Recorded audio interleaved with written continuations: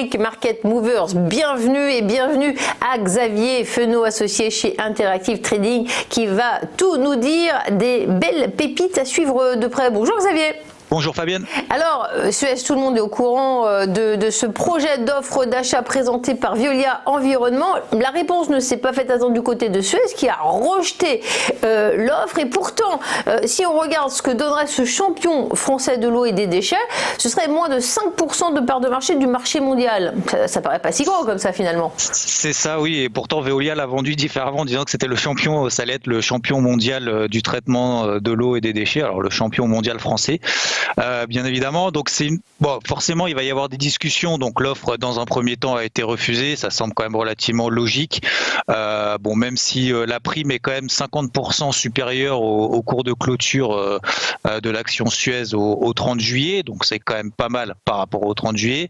Mais c'est vrai que Suez a tout de suite reculé un petit peu dans le pas en disant il allait y avoir des synergies, ce qui est quand même relativement logique lorsqu'il y a ce type d'opération. Peut-être même d'ailleurs des pertes d'opportunités en France et même à l'international selon Suez.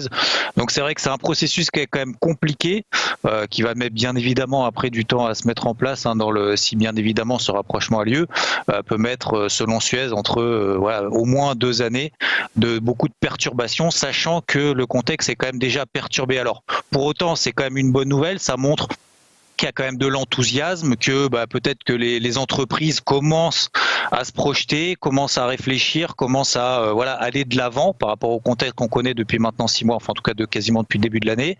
Après Suez, ça reste quand même endetté, 10 milliards d'euros de dette nette estimée pour 2020, perte bien évidemment probable pour certains années, avec une marge nette quand même très faible. L'objectif c'est pas d'acheter non plus une pépite, c'est d'essayer d'allier un petit peu les compétences des uns et des autres. Donc sur le marché, après, on a une logique spéculation qui est d'ailleurs même ce matin persistante. Alors même si Suez réouvre après ce refus de l'offre ouvre autour de zéro, finalement ce refus, finalement on a l'impression que le marché y croit. Donc l'offre a été proposée et ouverte en tout cas jusqu'au 30 septembre. Donc d'ici le 30 septembre, on doute bien évidemment que l'offre soit acceptée.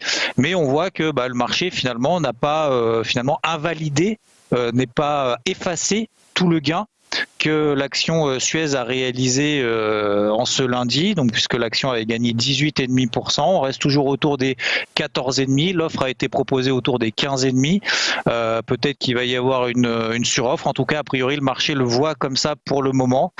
Si jamais effectivement on a un repli, on a peut-être la chance d'avoir un repli sur l'action d'ici le 30 septembre autour des 13,5, ça reste encore une fois une société plutôt solide, clairement pas de croissance, mais en tout cas solide. Et si on vise justement qu'il y ait une contre-offre d'ici quelques semaines ou quelques mois, une meilleure offre, autour des 13,5, ça peut être l'opportunité de rentrer sur le dossier. Elle était d'ailleurs, elle s'est bien rattrapée, l'action Suez depuis le pire de la crise, donc depuis mi-mars, avait bien rattrapé, on va dire, son retard, contrairement d'ailleurs au CAC qui lui est toujours dans un range depuis 3 mois. Donc elle avait tendance en plus déjà à surperformer depuis quand même quelques semaines. Donc c'est plutôt un bon point. Après l'acheter là maintenant, je pense que c'est un petit peu ambitieux, surtout si on vise 15,5, 16. Si jamais encore une fois on a repli sur les 13,5, ça peut être intéressant.